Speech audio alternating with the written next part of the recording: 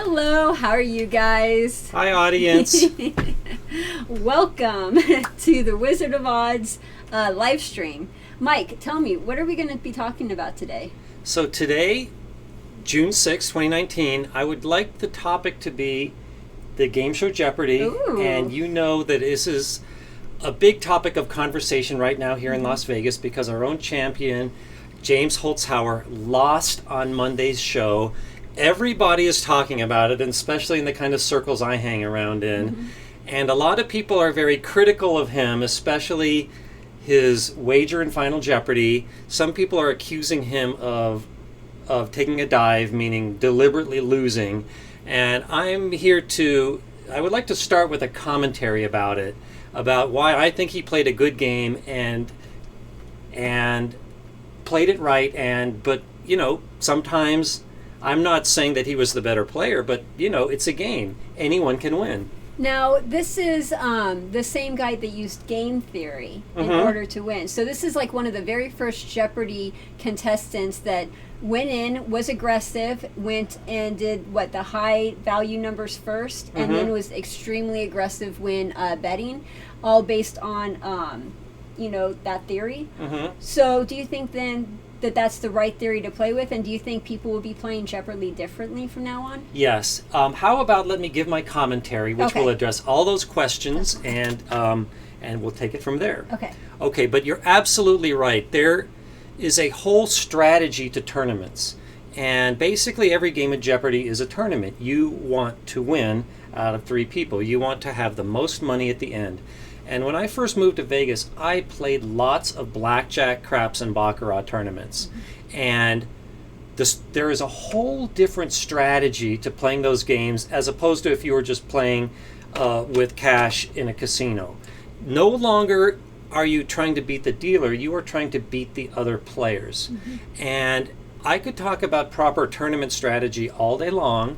It's something I know a fair bit about. But in general, if you are in the lead, you want to stay in the lead, and by doing that, you want to mimic the bets of the other people. So you're winning when they're winning, you're losing when they're losing, so you're going up and down together, and you're maintaining that lead.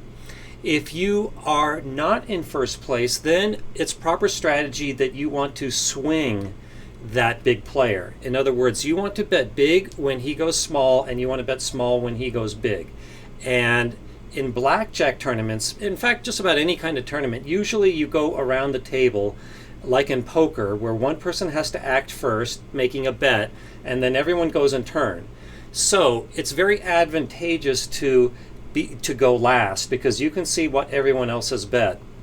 So let's say that you get to act last.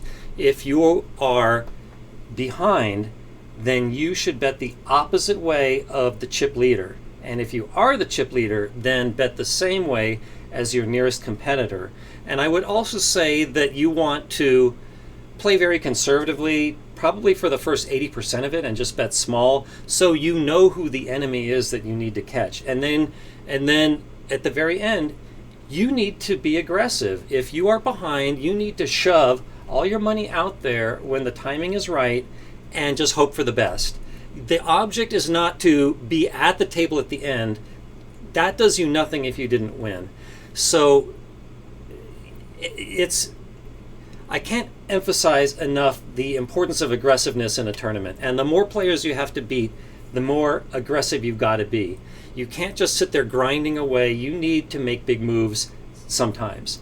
So James, I could tell from the way he played his show that he probably has played a lot of gambling tournaments because he was so aggressive. And he went, and the reason he always started at the bottom is that's where the show usually places the daily doubles. They're almost always in the bottom two rows. So finding those daily doubles is really, really important because most Jeopardy players know the answers to about 90% of the questions. So it is just a great value to find those daily doubles and double up. That is, except if you're way ahead, that is a great time to shove everything in and double your money. So that's what he was trying to do, get them as opposed to his opponent getting them, and hopefully with as much money as he could going into it. So So I'll talk about the strategy with Final Jeopardy later. But yeah, James was absolutely doing that, going out, searching very aggressively for the daily doubles. And his opponent, Emma, on Monday's show was doing exactly the same thing. So she learned. Yes. So I don't know what she knew at the time because they tape these shows way in advance. But she was aware of how good of a player James was. And I would suspect that she probably heard through the grapevine of his playing style. And she looks like a very smart woman. And if she didn't already know it, she probably learned a lot from it and realized why he is right. So she played exactly the same way. But so I thought with James, he was almost the same as Ken Jennings. And I know he did it faster. But still, in order to get, what was it, 2.5 million? Wasn't he playing long enough that people were watching him on TV and then they could go and they can apply and then they could use what they saw with him? Yeah, Ken was on so long that people playing against him towards the end knew exactly what they were facing. Right, because they would study him. Yeah, but Ken was not as aggressive he was not nearly as aggressive as James's was. Mm-hmm. So, yeah, James just played a different style game. And I think that... that James's style was better for winning as much money as you possibly can, where I think Ken was more so having fun with it and just wanted to be on the show as long as possible without being too greedy. So it wasn't about the money with Ken, it was more like just doing the show, and that's why it went longer. I think that it was a combination of the two. Okay. But let me kind of set the stage with Monday's show. Okay. So Ken Jennings holds the money record at $2,520,700. Wow. At the beginning of Monday's show, James had $2,464,216. So he was $58,484 away. Wow. And James's average win per show was an amazing 76,944, which is way higher than the Jeopardy average. Right. So he was one average show away from winning. Everyone expected him to probably beat that record on Monday. So he goes in there, and that's what all the drama was set up for. But then he goes in and he faces Emma, and Emma, by the way, was really good with the clicker. How, I don't know, because normally the defending champions have so much experience with it, and it's really, really, timing is so important because these players are really smart, and usually all three of them know the answer. So it comes down to who can click at just the right time. Right. And you can't, if you get clicked too early, you get punished. And I heard those clickers are not exactly easy to use. Yeah, I've heard that too. I have no firsthand experience, but I've heard that. But I also heard, and I don't know if this is true, but I heard that they changed the rules to give players time to practice with the clickers before they played. I heard the same thing. Yeah, they let them go in first. They showed them the studio. Yeah. They let them, feel it, and they're like, "Oh yeah, our clickers are a little sticky. You might have to press a little harder than normal." Yeah, but Emma went in there knowing exactly how to play it. I mean, I think she clicked in more often than James did. So, but to go on. So the first daily double was found at the bottom on the very first question. And if you have no money or less than 1,000, the most you can bet is 1,000. So that was pretty much worthless because it was found in a $1,000 question. So after the first round, Emma was modestly ahead, and then she found the second daily double in the daily double round. I mean the double Jeopardy round, and she was in the lead but modestly, but she correctly went all in and doubled her score. And then, she maintained that lead, and then later on she found the second daily double, and in that one she only bet 3,000. I think she should have bet more, but she only bet 3,000. But to make a long story short, here are the scores going into Final Jeopardy. Emma had 26,600. James had 23,400, and the third player, Jay, had 11,000. Now, when Emma was doing the double, or the last part of the Jeopardy, she bet all of it, didn't she? I'm sorry, can you repeat the question? When Emma was at the last stages of Jeopardy, didn't she go all in? Didn't she bet all of it? in Final Jeopardy, she did not. She didn't need to bet all of it because she was ahead.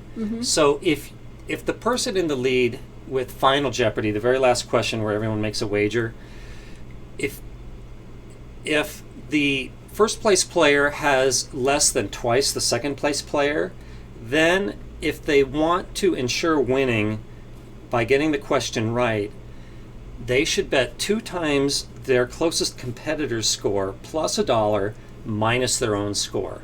Okay. And that will assure that even if the second, if the second player bets everything and they bet that amount, that they will win by $1. And that's what she did. And that's exactly what she did. She could have bet a little bit more. And when James played earlier games, he was often in the situation and would bet even more, probably thinking, I got a 95% chance of getting this right.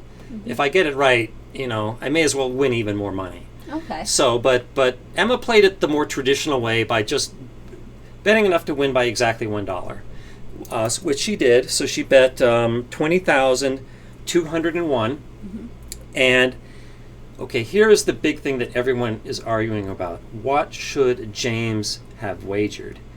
And you have seen his whole run about him wagering big in Final Jeopardy, and then suddenly on Monday's show. Where did I write this in my notes? Yeah,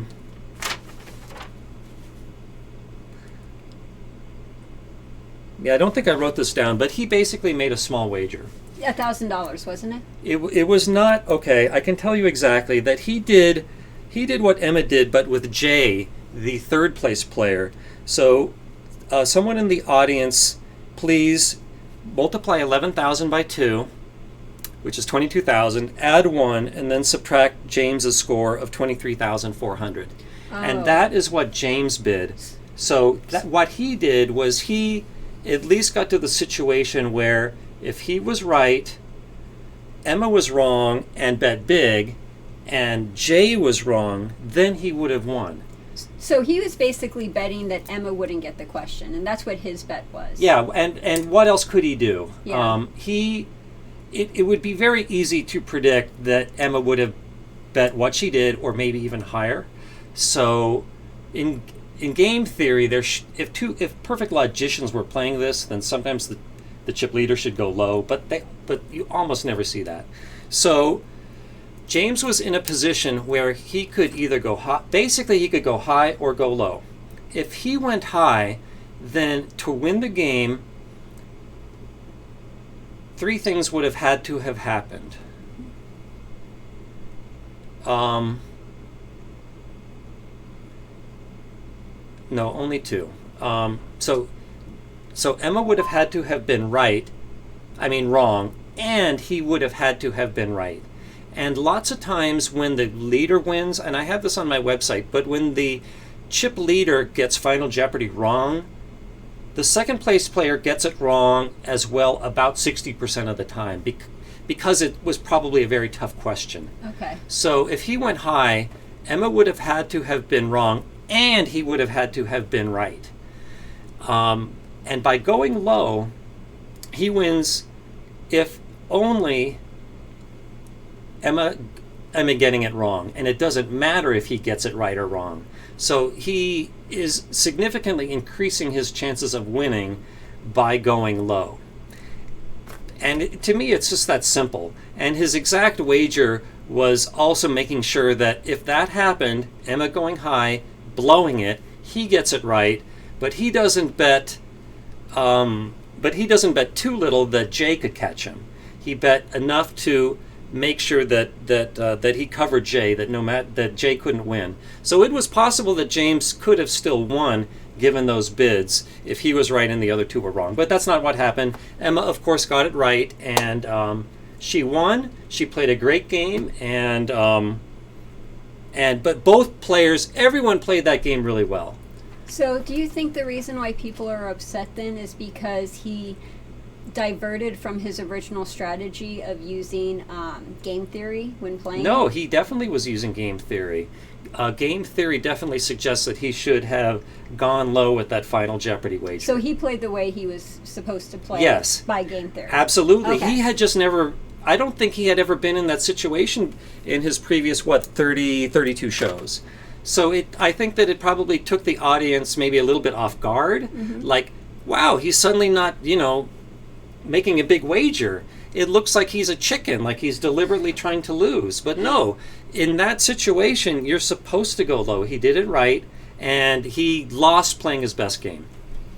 Okay. So he has absolutely nothing to be embarrassed about. He did it right. And these people who are saying that he lost on purpose, no one's they don't know what they're talking about. If you're getting that much money and you've made like over $2 million, you're not losing because, you're not losing on purpose. Well, as the conspiracy theory goes... Oh, I love conspiracy theories. Right, and this one is being argued by some people on my forum. They are saying that the producers of the show are actively thinking about who would eventually replace Alex. And they may have had to elevate this in priority because of Alex's health situation. And all the rumors are that Ken Jennings may be replacing Alex when that day sadly comes. No kidding. Yes.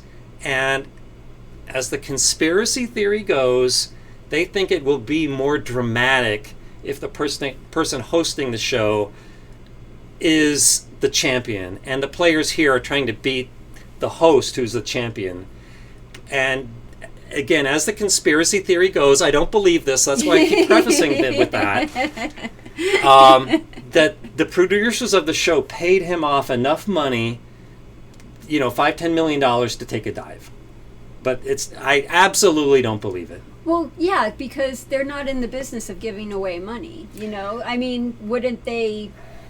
Why would they give him money? Okay, well, if the producers of the show thought that advertising revenue and interest in the game would be worth more than $10 million to them if Ken Jennings was hosting it, and they had no moral ethics, then maybe they would make that offer. But here's the thing, too.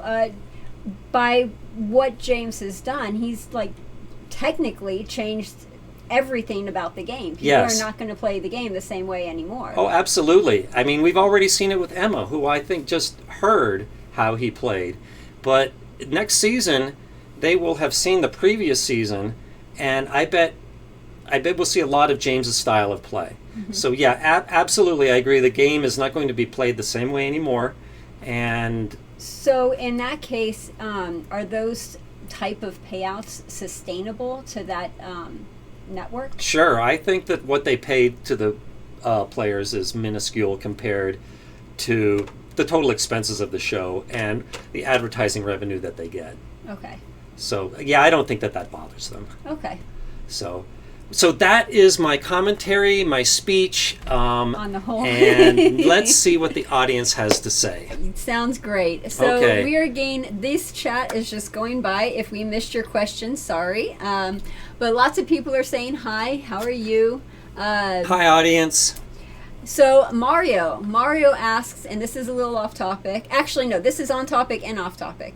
The first question is James well known in Vegas as a sports gambler? And 2, do you ever play slots? Everyone is personally asking me if I know him, because if I may toot my own horn, I think we have a lot of things in common. But no, I don't know the man. Okay. I do know people who know him. Same here. I've heard that he's he's a shy person and a family man. And he has a family?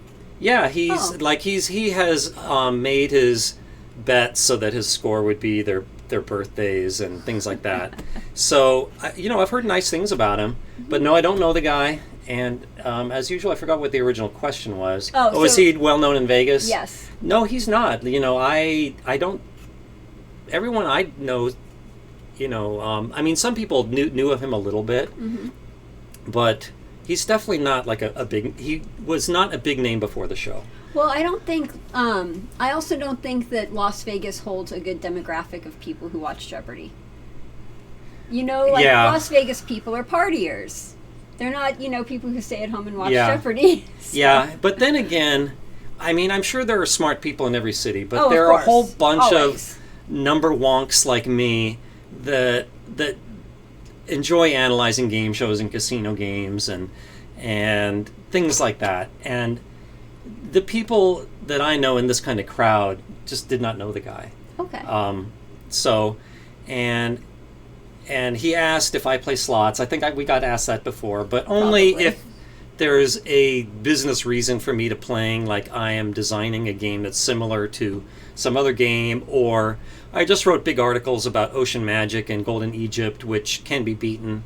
But in order to write about them, I had to understand the game, so I definitely played those a lot. So, but otherwise, yeah, slots are a terrible form of gambling, and I recommend.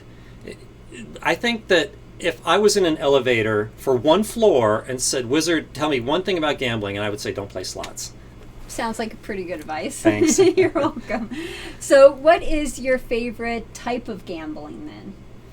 Well, I like the more complicated games. I certainly love anything where I can detect an advantage, like video poker or blackjack. You're pretty big on the sports betting too, right? Yeah, sports betting, I definitely at least perceive advantages sometimes.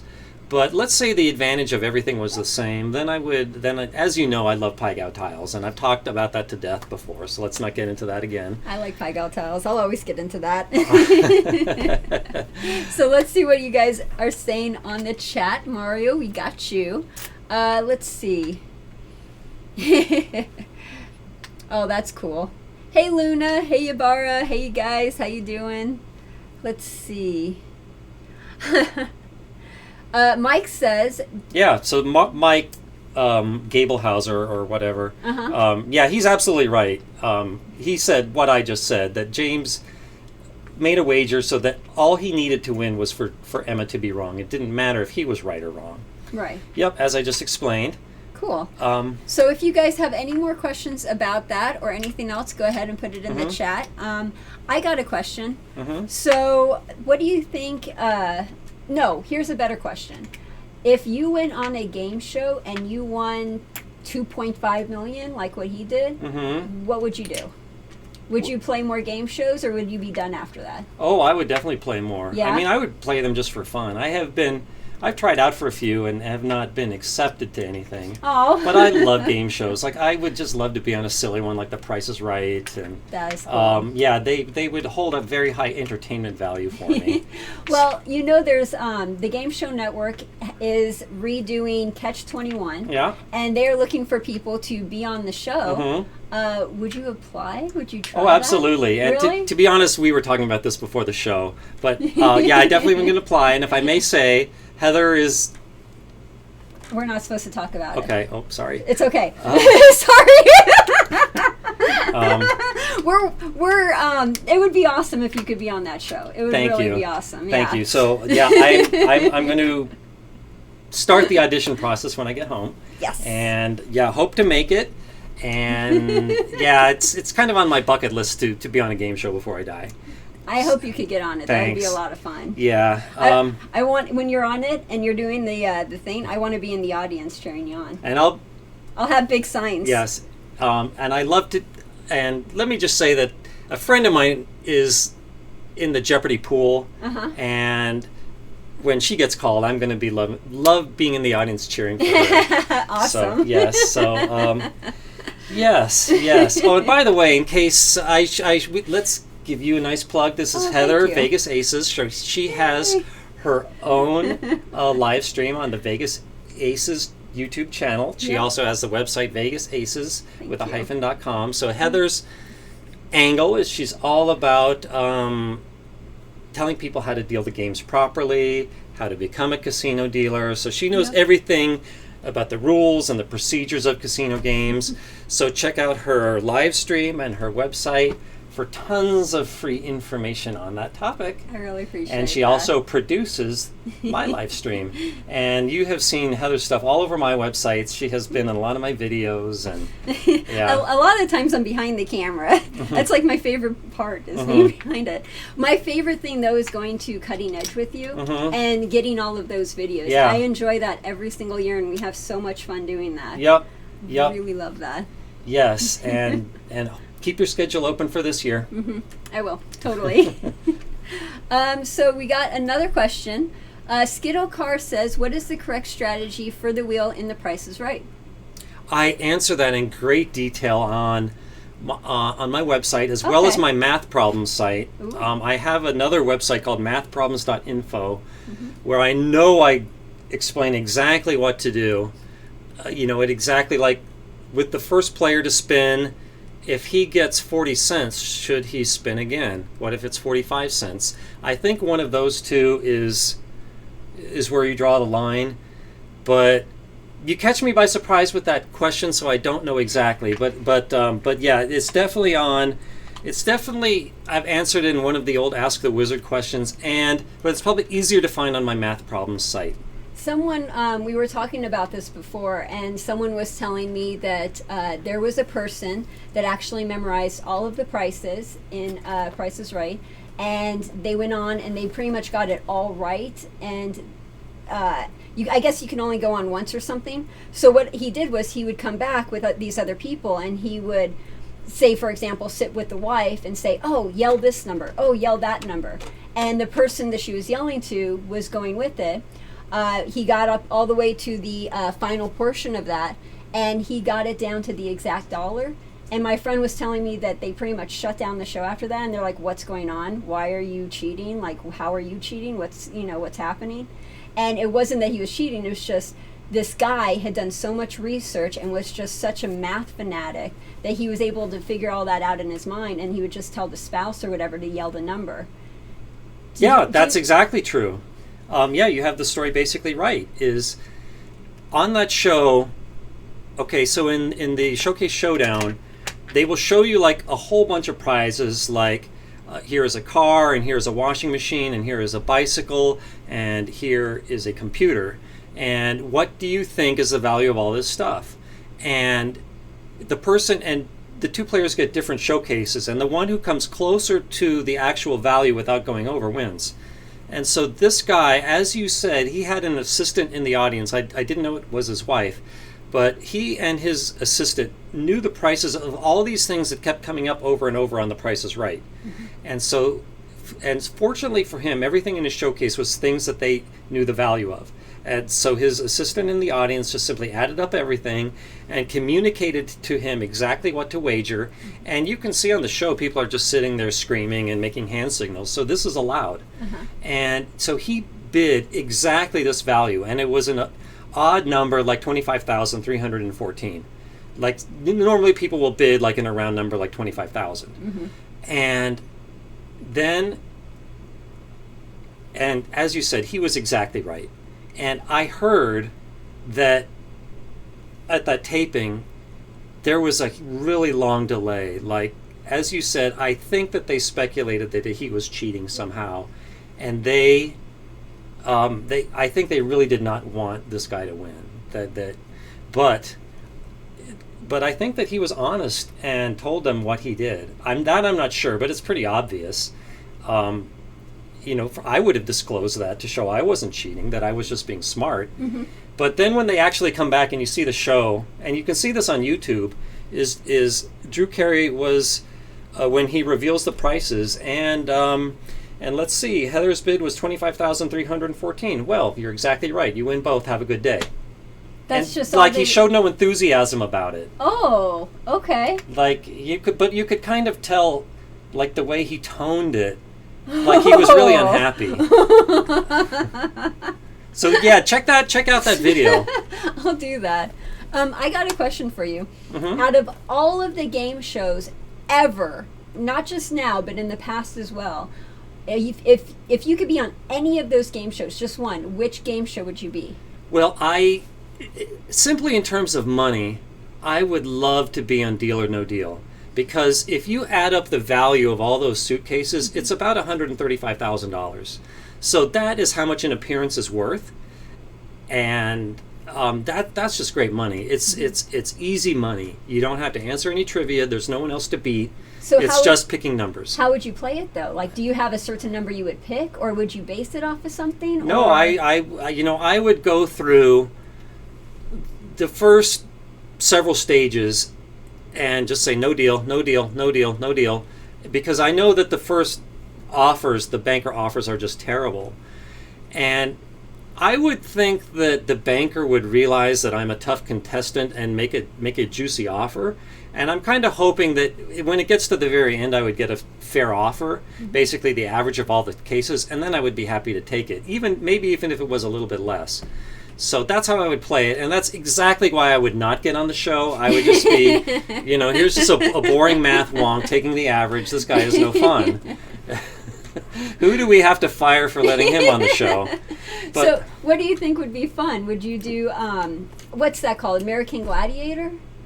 Do you mean, I was thinking of... Is it a different one? Well, that's similar to American Ninja Warrior, right? Maybe that's what I'm thinking of. Yeah. It's the one with the obstacle course. Because I would love to be on that if I was strong enough.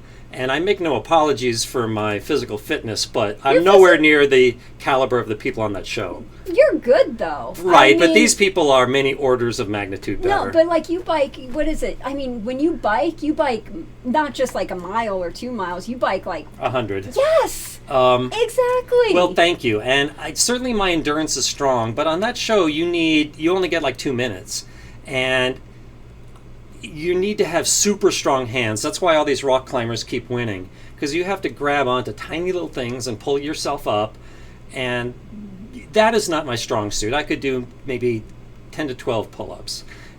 So I just got the biggest urge to take you to Glow Zone and have you do their little ninja obstacle course that they have. It's very similar. I would love to. Cool. That Thanks. would be fun. Yeah. I wouldn't be able to do it. I've tried to do the obstacle course and I'm like, I'm too weak. No. Yeah. Yeah, but but that would be fun. But if I had the choice, I know that I would never win that. It would just be fun. Mm-hmm. But no, I would be very proud to be on Jeopardy, even if I lost. Just getting an appearance on that show is a huge achievement. Oh, but Survivor. Yeah. Oh, I've talked about this before. Yeah. That's like my dream. I would love to be on Survivor, and not just for the money, but just for the experience. I would have so much fun. I wish you would have gotten picked. I think I would have loved to have seen that. Thank you. Yeah. In every episode, there's usually some kind of nerdy guy like Spencer, mm-hmm. and I think I could fill that stereotype really well. And so, Jeff Probst, if you're watching, please reach out. Say, Mike, please audition again. Something like that. Give me some hope. Now, is Survivor one of those games that you could apply game theory to?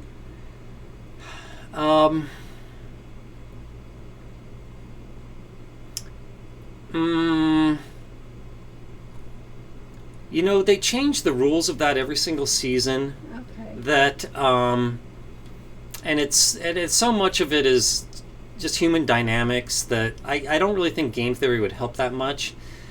I do think like having watched the show before and studying people's styles and see what works would help a lot, but in the end I think it's just like who you rub the wrong way and who kind of gets a good following, who clicks well. So in that case, it's more of like a social game. Yeah. Okay. And there are a lot of those social games out there. Survivor being one. What are some other ones? Well, they have a bunch of them, like the traveling ones and the dating ones. And and isn't there like Big Brother or something like that? Yeah, Big Brother and the Housewives, the Desperate Housewives. Yes, the Housewives of Beverly Hills and all that. Yeah. But those are not like a show like where you win money, but I think that the people playing it are trying to just like get a lot of airtime, mm-hmm. and they do that by causing as much drama as they possibly can. Would you ever go on Fear Factor? Sure.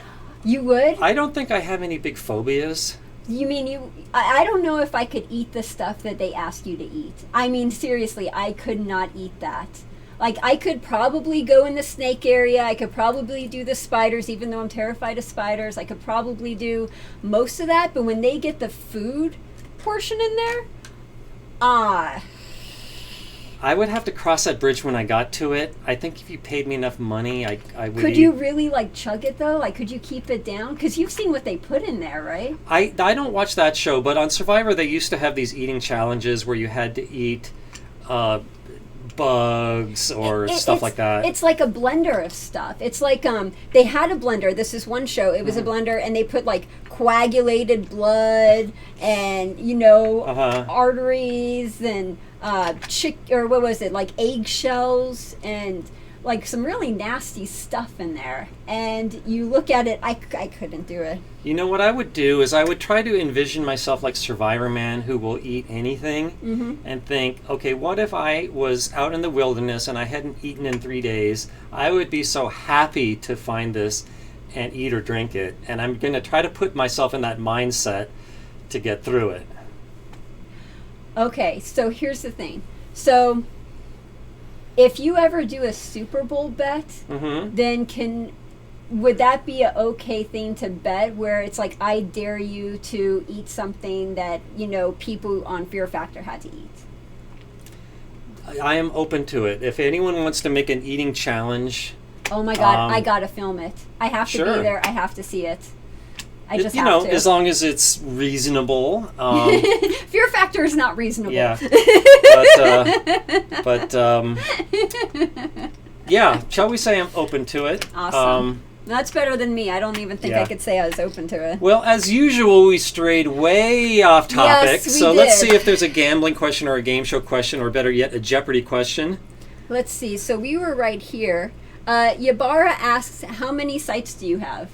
Okay, well, it depends what you mean by have, but I certainly started the Wizard of Odds, the Wizard of Vegas, Wizard of Macau, and Las Apuestas, which are all my gambling sites, and I sold those.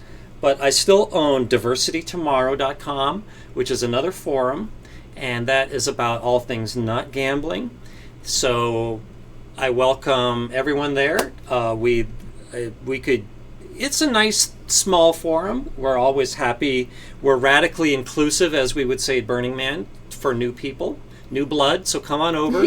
I mentioned this before, I think it was in your live stream, but my math problems site, mathproblems.info, which has about 350 math problems and answers and solutions, and a lot of them are gaming related.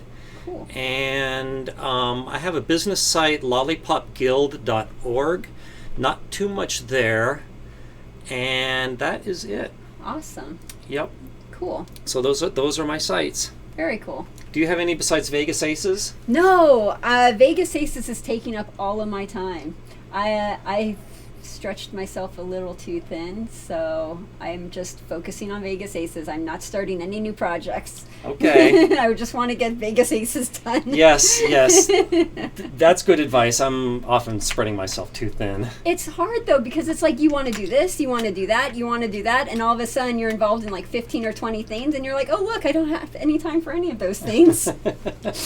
Yeah. Yep. Okay, what else do we got? The next question, let's see.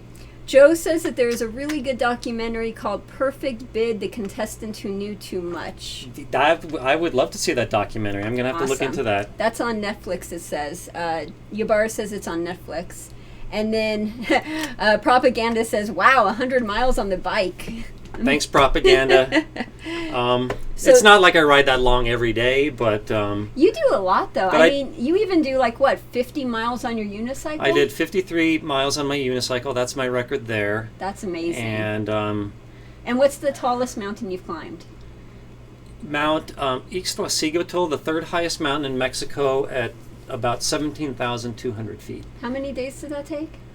Two. That's it? No, we did sleep. We did spend the night there. Okay. And by the way, this probably around February, March, I want to go back to Mexico and climb the highest mountain, Pico de Orizaba. And the reason I didn't climb it the last time is I got sick. Oh. But I would love to go back and do that. And I also want to do Kilimanjaro, the highest peak in Africa, and Aconcagua, the highest peak in South America. That's and awesome. I got to get these things done before I get too old. And Mount Fuji. Yeah, I would love to do Mount Fuji, although that, to be perfectly honest with you, that does not rank up there as that hard. Oh, okay. It's hard. Yes, I agree with that. So, have you heard about Mount Everest and what's going on with that? Yes. Isn't that crazy? Yeah. I think, I don't know, I have strong feelings about it. I really think that Nepal is issuing too many permits. And I think that everyone would be happier if they raise the price of the permits like by triple, and then cut the number of permits by 2/3. So they get the same amount of money, but there's less trash and traffic. But there's not going to be as much congestion. Mm-hmm. And the climbers that do that, generally the permit is a small percentage of everything that they have to pay.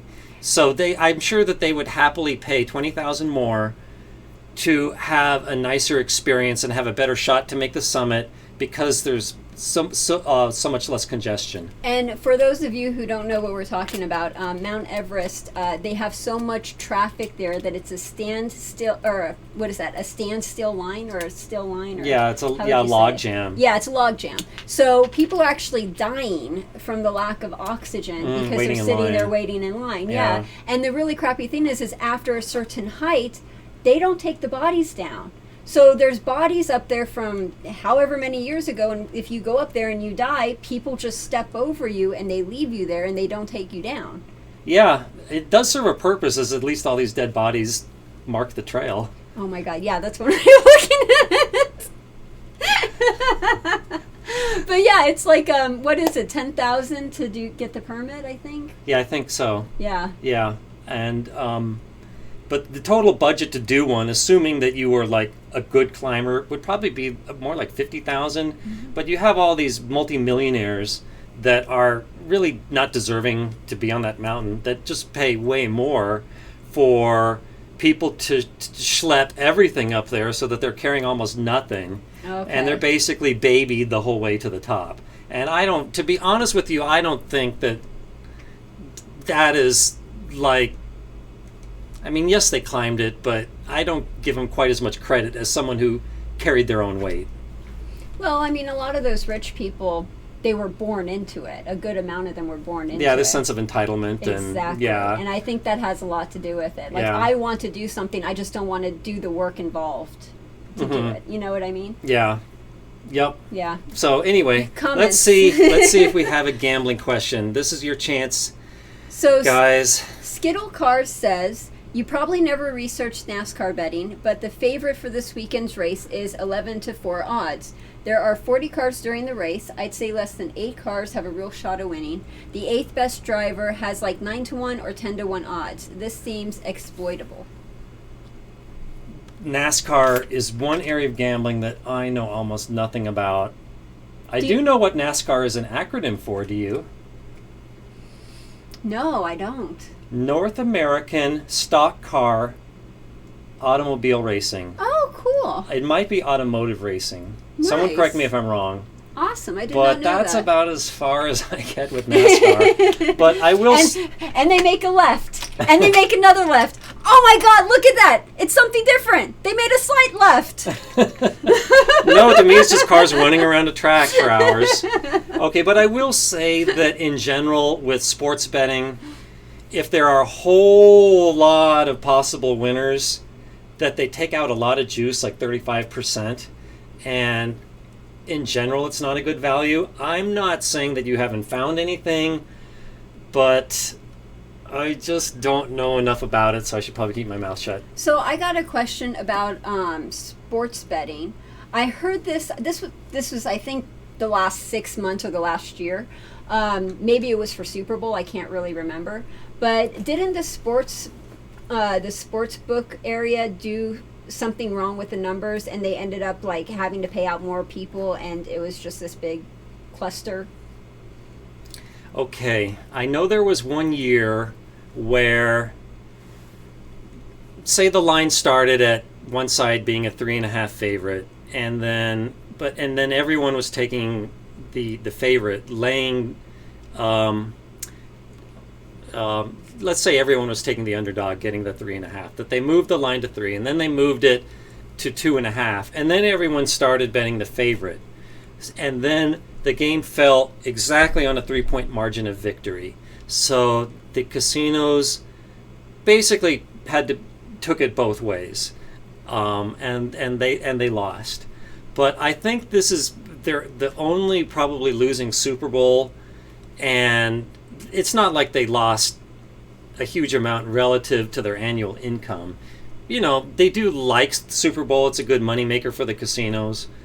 But it wasn't like a big tragedy, and I would not shed one tear for them, because if they have 53 good Super Bowls and one bad one, you guys are doing fine. You're in the gambling business. Quit crying about it. Jeez. So, I love that. So I got another question then. Sure. So you know how sports betting was just recently legalized thanks to New Jersey? Mm-hmm. I heard that in the past, what has it been, year that it's been legal, there's only been 3 states that applied to get their licenses for sports betting. You know, that I'm not sure. I know New Jersey did, Delaware did. I really should know this. I don't keep on top of gambling news as well as I could. That's okay, me neither. Okay, normally. But the executive summary there is, for a long time Nevada had a monopoly because they already allowed sports betting, and then there was a Supreme Court case to make sports betting illegal, but they grandfathered Nevada in, and that was the case for decades. But then other states challenged it, and it got overruled, and the Supreme Court basically said, okay, now any state can have sports betting if they want it. And a lot of states have said, we want it, and I think a lot more are going to follow suit. Okay. So I had a question, and now I forgot it. I had a good question, too. Give me a minute. Okay. I hate it when that happens. I have way too many brain farts. Oh, I'm getting more and more. Like, I was in Hollywood on Monday, and I was so embarrassed. I went to the Hollywood Wax Museum, and I saw these faces that I have seen so many times in, like, movies or TV, and I just, like, I can tell you, like, so many things this person has been in, but I can't remember their name. Like, that happened to me with Ben Affleck. I was sitting there looking at him, and I cannot remember your name. And then again with Kirsten Dunst. And I loved Bring It On, and I could not remember her name. I know, I hate that. It's like, it's information you know, it's just your brain just goes completely blank, and you just can't think of anything. But I'm genuinely worried I'm getting worse, because, you know, that hopefully I'm not in the early stages of dementia, but and I was with a friend who was 40, and she knew everyone, and I was just like staring at Ben Affleck, and she kept saying, do I have to tell you, Mike? And finally I said, yeah, you have to tell me. And then she told me, I just had to kick myself. I was just so embarrassed. I don't know what it is. I don't know what it is, too. I don't know why it happens. Okay, but in my defense, they were playing kind of loud music, and I think that if there's like a lot of stimulation, somehow I don't concentrate as well. Okay. Is that a good excuse? Yeah. Thank you. Yeah, you're welcome. So let's see what you guys are saying. If you guys have any looks like more I got questions. it wrong. National Association for... No, you got it right. Did I say association? Oh, I don't know. What do you think you said? I think I got it right. Maybe I said automobile racing. Well, you said that for the end part. Yeah. Did I get it right? I forgot what I said. Yeah, I forgot I'm losing my memory. Speaking of which. Okay. All right. Do we have what does the last man ask? On must hit by slots, how close to the must hit number does the meter have to be for you to sit down and try to hit it? That's another one that I talk about to death on my website.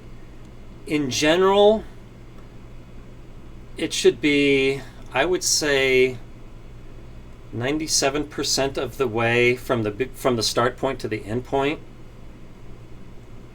roughly, before it becomes playable. Now, be careful though, is there are some slots, and I believe they're by, I know it starts with an A, but it's not Ainsworth. Someone tell me in the comments. I think it's AGS. Okay. What verb shall I use? I'll say gaffs their games, so that they almost never hit when they're low, that they delay hitting it until they're really high. So don't be fooled by those. I thought it was based on a random number generator. Well, I'm sure it is, but they can tweak for how the game hits. assigns a random number to whether or not you get paid. And this could very easily be programmed. So again, like if you have one that say starts at 250 and must hit by 5, they might say that this just can't be hit until it gets to 499. Mm-hmm. So if it's at 498, it would be very tempting to play it. But if you have no shot of winning yet, then don't. So I would be very leery of those machines, and I write about it in great depth on my website. Aristocrat. Thank you, Vince. Thank you, Vince, for correcting me. So be very wary of Aristocrat must hit by slots, and I'm not going to go so far as using the C word. Well, now I think I have to say it. Cheating. I was thinking of a different C word. Yeah, that's why I had to clarify. That was the first thing that popped in my head. Yeah. So be very careful of those, but I think everyone else is fine. Awesome. And I remembered what I was going to ask you. Mm-hmm. What is your opinion on esports? And by the way, hi, Vince. Vince got banned from my forum, but he's but glad there are no hard feelings. Esports, Heather. That's another thing that I just frankly don't know much about, and I think that I will pass on that one. Okay, no problem. So if you guys have any more questions, now's the time to ask. We have about 8 minutes left before our live stream is over. So if you have a question, please ask. Yep. And if we don't, I may have to cut out early because I have to go somewhere. Okay. So. Well, in that case, you're going to be on, when's the next time people could watch you? So I believe I'm going to be here next week if you are. Yep. And so I'm going to try to make this a regular thing. Thursdays, 3 o'clock Pacific time. Awesome. Please tell your friends. We could use a more crowd support. I do appreciate all of you for showing up. Definitely. So. Yeah. And as we mentioned, Heather does this too, lots of times with me on her channel, Vegas Aces. It's fun. So. One last question before we end the live stream. Sure. What is your favorite color dice? Well, because he has a jar of dice. Like, this jar is huge. Yeah. And it's all filled with dice. Yes, I am a compulsive collector of things. And when I was a kid, I collected dice. And when I was a kid, I had them all laid out in this really elaborate display, and dice of the same kind were all in pyramids, and I was so proud of it. And one time it was displayed in the library, and but then when I got older, I kind of thought, this is kind of a stupid thing to collect. They're just pieces of plastic that have no financial value. So I think I just shoved them away in a shoebox. But then after I graduated from college, they kind of brought back memories, and it's a shame to keep all these dice that I loved through my childhood. And so I got a great big old nice looking jar at what's that place? Cost Plus. Mm-hmm. That place that sells artsy fartsy stuff. And I threw most of them in this jar, and it's there in my house. That's awesome. I love that jar. Oh, thanks. But the original question, what is my favorite color dice? I never really thought about it. I guess I just kind of like the plain old white on red craps dice. Okay. Do you like the normal craps dice, or do you like the Pai-Gow tiles dice with the big one, the big red one? Oh, well, that's actually a good trivia question. Is why in these Asian games are the 1 and the 4 big? I have a theory on that. I don't know if I'm correct, but I got a theory on it. I don't know about the 1, but I know with the 4, it's extremely bad luck. It is similar to the word death, and that's why it's considered bad luck. And my thought on that is they used the red dots on the 4 as a way to counteract that bad superstition. Yes, I've heard exactly the same thing. Okay, cool. That it was a way of negating that bad luck part of the word 4 by making it red, which is a good luck color, so they balance out.